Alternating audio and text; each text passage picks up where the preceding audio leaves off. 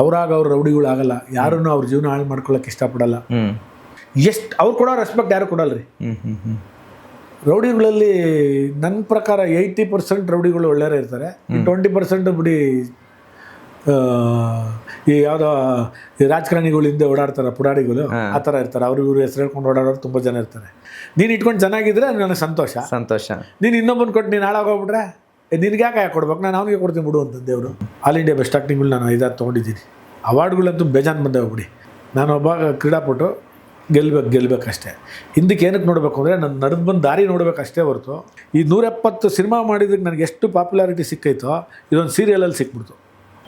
Rowdy ಆಗಲಿ sir ಯಾರಾಗಲಿ ಪ್ರತಿಯೊಬ್ಬರು ಒಂದು ಇದರಲ್ಲೂ ಕೂಡ ಒಂದು ಈ ಪ್ರೀತಿ ಪ್ರೇಮ ಅನ್ನೋದು ಇದ್ದೇ ಇರುತ್ತೆ ಸರ್. ಅಂದರೆ ನೀವು ನೋಡ್ದಂಗೆ ಈ ರೌಡಿಗಳಿಗೆ ಯಾವ ರೀತಿ ಇದ್ರ ಮೇಲೆ ಒಲವು ಇತ್ತು ಅಂತ ಈ ಲವ್ ಅಂತೀವಲ್ಲ ಆ ಥರ ಸರ್.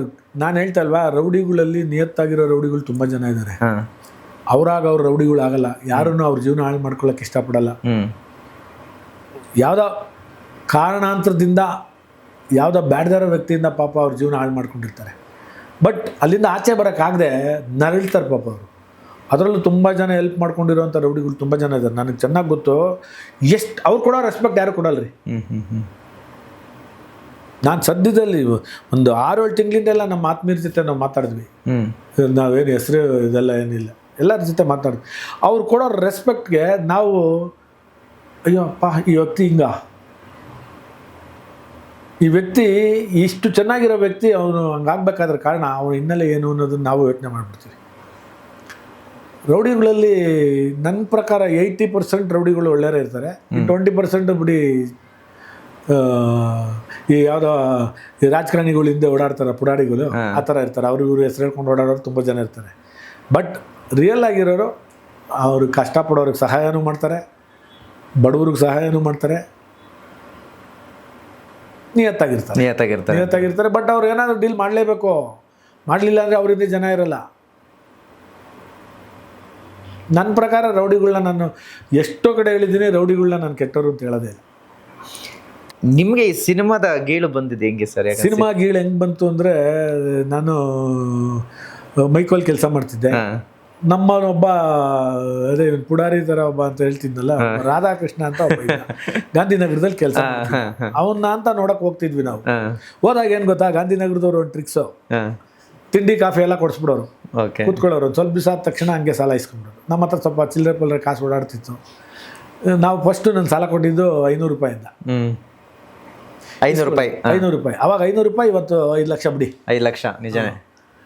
ಹಾಗೆ ಅವನ ಹತ್ರ ಹೋಗಿ ಬೆಳ್ಕೊಂಡು ನನಗೆ ಅನ್ಯಾಯ ಜಾಸ್ತಿ ಆಗ್ತಿರ್ಲಿಲ್ಲ. ಬೇರೆ ಏನೋ ಯಾರ್ಯಾರು ಏನು ತಿಳ್ಕೊಂಡ್ರು ನಂಗೆ ಚಿಂತೆ ಇಲ್ಲ. ನನ್ನ ಆತ್ಮಸಾಕ್ಷಿ ವಿರುದ್ಧವಾಗಿ ನಾನು ಮಾತಾಡಲ್ಲ. ನನಗೆ ಯಾರಾದರೂ ಬಡವ್ರ ಹತ್ರ ಜಾಸ್ತಿ ಕಿತ್ಕೊಳ್ಳೋದು ಅದು ಇದು. ಇವತ್ತು ನಾನು ಹೋಟ್ಲ್ ಹತ್ರ ಇದ್ದು ಯಾರಾದರೂ ನನಗೆ ತಿಂಡಿ ಕೊಡಿಸಿದ್ರೆ ತಿಂಡಿ ಕೊಡಿಸ್ಬಿಡ್ತೀನಿ, ಕಾಸು ಕೊಡಲ್ಲ. ಕಾಸು ಕೊಟ್ರಲ್ಲ ಕುಡಿತಾನೆ. ಹೌದು. 2 ಇಡ್ಲಿ ತಿನ್ಕೊಂಡು ಹೋಗು, ದುಡ್ಡು ಕೊಡಲ್ಲ.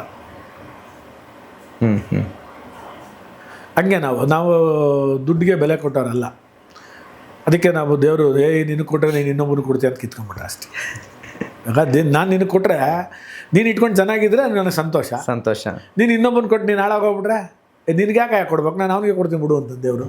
ಎಸ್ ಅಲ್ವಾ?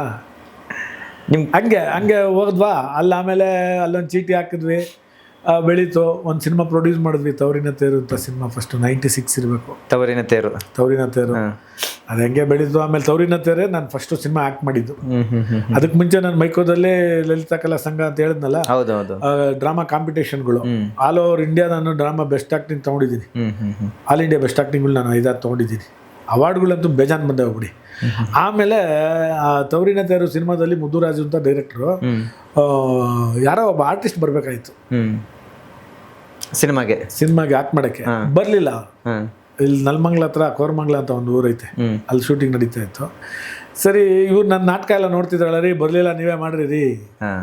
ಆಗಲ್ಲ ಸರ್, ನೀವು ಮಾಡಿರಿ ಸರ್. ಅವತ್ತು 1.5 ರೂಪಾಯಿ ಡೈಲಾಗ್ ಒಂದೇ ಟೇಕಲ್ಲಿ ಮಾಡಿಬಿಟ್ಟೆ. 1.5 ಪೇಜ್ ಡೈಲಾಗ್, 1.5 ರೂಪಾಯಿ ಡೈಲಾಗು. ಅವತ್ತು 6 ಗಂಟೆ ಕಾಲ್ ಶೀಟ್ ಎಕ್ಸ್ಟೆಂಡ್ ಮಾಡ್ಕೊಂಡ್ರು, ರಾತ್ರಿ 2 ಗಂಟೆವರೆಗೂ ಮಾಡೋಣ ಅಂತ. ಡಬಲ್ ಕಾಲ್ ಶೀಟ್ ಮಾಡೋಣ ಅಂತ. 6:30ಗೆ ಸ್ಟಾರ್ಟ್ ಆಗಿದ್ದು, 7:15 ಮುಗ್ದೋಯ್ತು. ನಾನು ಎಲ್ಲರಿಗೂ ಪೇಮೆಂಟ್ ಕೊಟ್ಟು ನನಗೆ ಖುಷಿ ಆಗೋಯ್ತು. ಎಲ್ಲರಿಗೂ ಫುಲ್ ಪೇಮೆಂಟ್ ಕೊಟ್ಟು ಕಳಿಸ್ಬಿಟ್ಟೆ.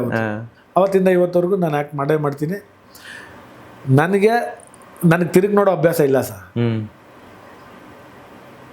ನಾನೊಬ್ಬ ಕ್ರೀಡಾಪಟು, ಗೆಲ್ಬೇಕಷ್ಟೇ.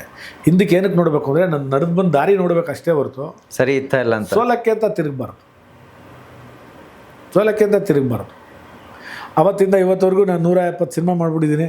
ಇವಾಗ ಒಂದು ಸೀರಿಯಲ್ ಮಾಡ್ತಾ ಇದ್ದೀನಿ, ಲಕ್ಷ್ಮೀ ನಿವಾಸ ಅಂತ ಸೀರಿಯಲ್, ಫೇಮಸ್ ಸೀರಿಯಲು. ಈ 170 ಸಿನಿಮಾ ಮಾಡಿದ್ದಕ್ಕೆ ನನಗೆ ಎಷ್ಟು ಪಾಪ್ಯುಲಾರಿಟಿ ಸಿಕ್ಕೈತೋ ಇದೊಂದು ಸೀರಿಯಲಲ್ಲಿ ಸಿಕ್ಬಿಡ್ತು. ಒಳ್ಳೆ ಪಾತ್ರ. ಇವತ್ತು ಚಿಕ್ಕ ಮಕ್ಕಳು ನನಗೆ ಜವರೇಗೌಡ್ರೆ ಅಂತಾರೆ. ನಾನು ತಿರುಗಿ ನೋಡ್ತೀನಿ, ಹೀರೋ ತಂದೆ ಪಾತ್ರ, ಒಳ್ಳೆ ಹೆಸರು ತಂದು ಕೊಟ್ಬಿಡ್ತು ನನಗೆ.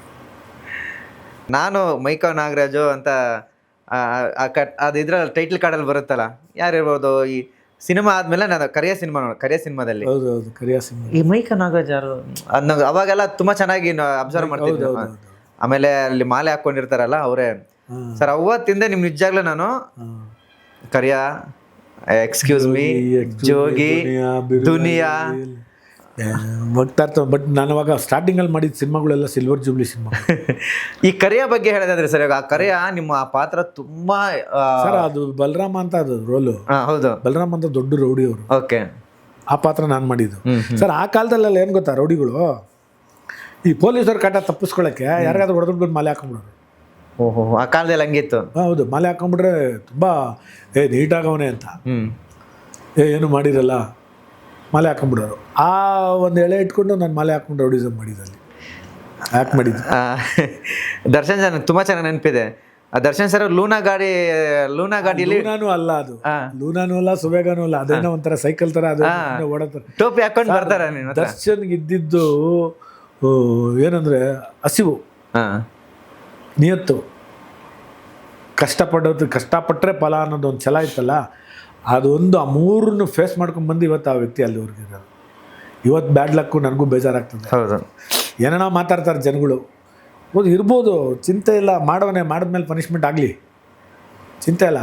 ಬಟ್ ಎಲ್ಲರೂ ಮಾತಾಡಬೇಡಿ ಅಷ್ಟೇ ನಾನು ಹೇಳೋದು. ಮೊನ್ನೆ ಒಂದು ಇಂಟರ್ವ್ಯೂನಲ್ಲಿ ಹೇಳಿದೆ, ಶನಿಮಾತ್ಮ ಹೆಗ್ಲೇರ್ಕೊಂಡ್ರೆ ವಿಕ್ರಮಾದಿತ್ಯನೇ ಬಿಡಲಿಲ್ಲ. ದರ್ಶನ್ ಬಿಟ್ಬಿಡ್ತಾರಾ? ನಿಜ ಸರ್. ನಿಮ್ಮನ್ನು ಬಿಡ್ತಾರಾ? ನನ್ನನ್ನು ಬಿಡ್ತಾರಾ? ಯಾರನ್ನೂ ಬಿಡಲ್ಲ ಸರ್. ಇವತ್ತು ದರ್ಶನಕ್ಕೆ ಶನಿಮಾತ್ಮ ಹೆಗ್ಲೇರ್ಕೊಂಡಿರ್ಬೋದು, ಮಾಡಬಾರ್ದೇ ಇರೋ ಕೆಲಸ ಮಾಡಿಸಿರ್ಬೋದು. ಬಟ್ ಶನಿಮಾತ್ಮ ವಾಪಸ್ ಹೋಗ್ಬೇಕಾದ್ರೆ ನಿನಗೆ ಎಷ್ಟಿತ್ತು ಅದಕ್ಕೆ ಹತ್ತರಷ್ಟು ಫಲ ಕೊಟ್ಬಿಟ್ಟೆ ಹೋಗೋದು. ಮತ್ತೆ ದರ್ಶನ್ ಬರ್ತಾರೆ. ಬಟ್ ಯಾರ್ಯಾರೋ ಏನೇನೋ ಮಾತಾಡ್ತಾರೆ ಸರ್, ಮಾತಾಡಬಾರ್ದು ಸರ್. ಅದೇ ಕನಕಪುರ ಶ್ರೀನಿವಾಸ್ ಅವ್ರು ಮಾತಾಡಿದ್ದು, ಅವ್ನು ಜೈಲಿಗೆ ಹೋದ, ಇವ್ನು ಸತ್ತೋದ. ಅವ್ರು ಹಣೆ ಬರ ಬರೆದಿರೋದು ನೀವೇನ್ರಿ? ಅವ್ನು ಜೈಲಿಗೆ ಹೋದ ಅಂತ ಬರೆಯೋದಕ್ಕೆ ನೀನು ಬರ್ದಿದ್ಯಾ? ಅಲ್ಲಿ ಪುನೀತ್ ರಾಜ್ಕುಮಾರ್ ಸತ್ತೋದ್ರು ಅಂತ ನೀನು ಬರ್ದಿದ್ಯಾ ಅವ್ನಿಗೆ ಇಷ್ಟೇ ಆಯಿಸು ಅಂತ? ಅವ್ರಗಳ ಬಗ್ಗೆ ಮಾತಾಡೋ ಯೋಗ್ಯತೆ ನಿನಗೇನೈತೆ? ನೀನು ದೊಡ್ಡ ಕೋಟ್ಯಾಧಿಪತಿ ಇರ್ಬೋದು, ದೊಡ್ಡ ಪ್ರೊಡ್ಯೂಸರ್ ಇರ್ಬೋದು, ನಿನ್ನ ಕೈ ಕೆಳಗೆ ನಾವು ಕೆಲಸ ಮಾಡಿರ್ಬೋದು, ಮಾಡಬಾರ್ದು. ಇವಾಗ ನೀವು ಹಂಗೆಲ್ಲ ಮಾತಾಡಲಿಲ್ಲ ಅಂದರೆ ಕನಕಪುರ ಶ್ರೀನಿವಾಸ್ ಬಗ್ಗೆ ನಾನು ನೀವು ಯಾಕೆ ಮಾತಾಡ್ತಾ ಇದ್ವಿ? ಮಾತಾಡ್ತಾನೆ ಇಲ್ಲ. ನಿಜ ಏನಾಯ್ತಲ್ಲಿ? ಪ್ರೇಮ್ ಬಗ್ಗೆನೂ ಮಾತಾಡಬೇಡ, ಯಾಕೆ ಮಾತಾಡ್ತಾ ಇದ್ದೀನಿ? ಅರ್ಜುನ್ ಜನ್ಯನ ಬಗ್ಗೆ ಮಾತಾಡೋದು.